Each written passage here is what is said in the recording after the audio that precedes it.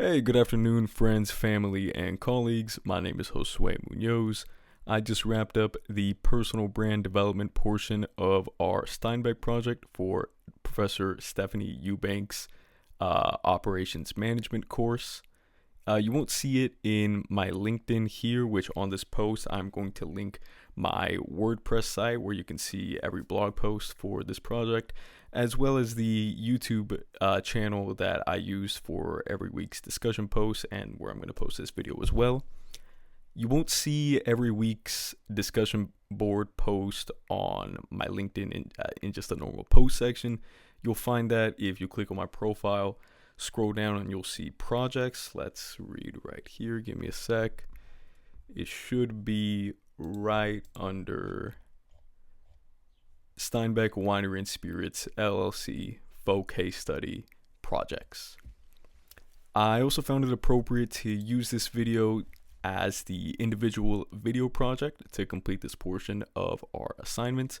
So in this video, I'm going to be going over 5 of the topics that we went over over the course of the semester in the Steinbeck Faux Case Study Project. That being how we handled remote project management, site selection, career alignment, pitfalls and solutions, and some final takeaways. So for the remote project management and the remote and in-person team collaboration I had with my good pals Victor and Eric, shout out to my guys. For the group work, it went swimmingly. It was an incredible experience all around.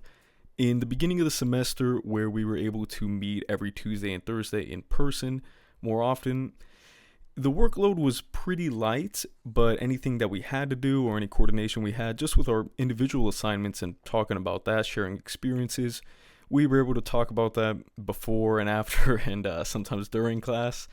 And we had everything pretty straight. It was straightforward. It wasn't a lot to it.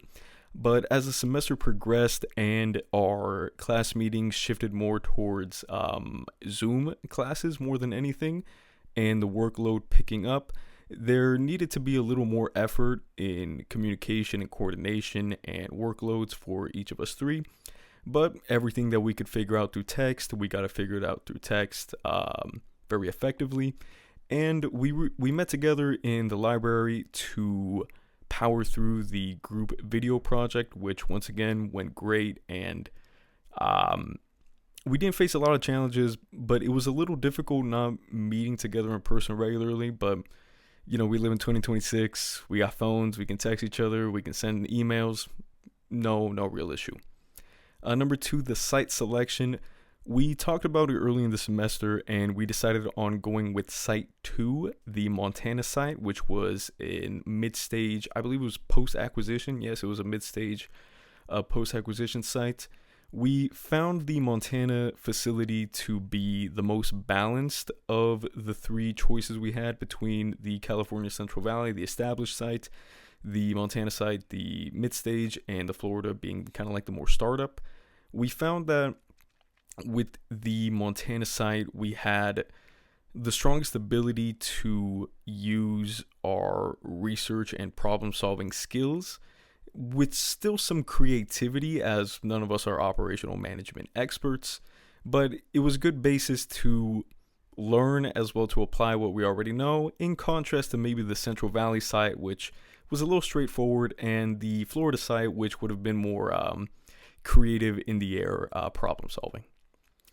Some of the pitfalls and solutions we encountered, tying into what I said about the Montana mid-stage facility, there was a lot of research and a lot of proven studies and cases and published works where we saw facilities, real-life facilities within the last 10 to 15 years who face similar problems as to what the mid-stage Montana site was facing, and we were able to cite that, pull those numbers, and have a great basis for proposed solutions that we believe were in good standing to be reasonably effective for the challenges presented at the Montana site.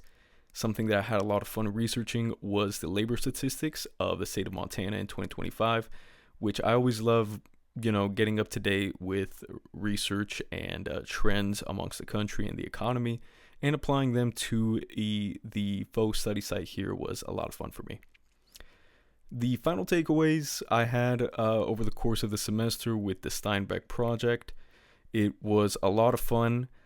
It was a great opportunity for someone like myself who is just really getting started in my career as a professional business person, that although my concentration of marketing in branding and product positioning and communications wasn't really addressed here heavily, or it was more of a footnote in a lot of the operational management work we did throughout the semester, I still feel that the experience that I had here working on the Steinbeck project was an excellent all-around molding of my understanding for not only a product or a company, but an entire organization and a facility, and how all the cogs in the machine work together and how they all come across. The other thing that I felt was incredibly valuable was we made a lot of focus throughout the semester on leadership and the human element of an organization, which I don't think it matters. We're going to the marketing, accounting, finance. You're working with people. You're going to be working with human beings, and you got to be a leader. You got to be a good person. It was something that was not ignored throughout Professor Stephanie Eubank's course, and I found that incredibly valuable, incredibly valuable. And like I mentioned, it was a real pleasure working with my team of Eric and Victor. And overall, I found this course, and specifically the Steinbeck project, to be incredibly valuable.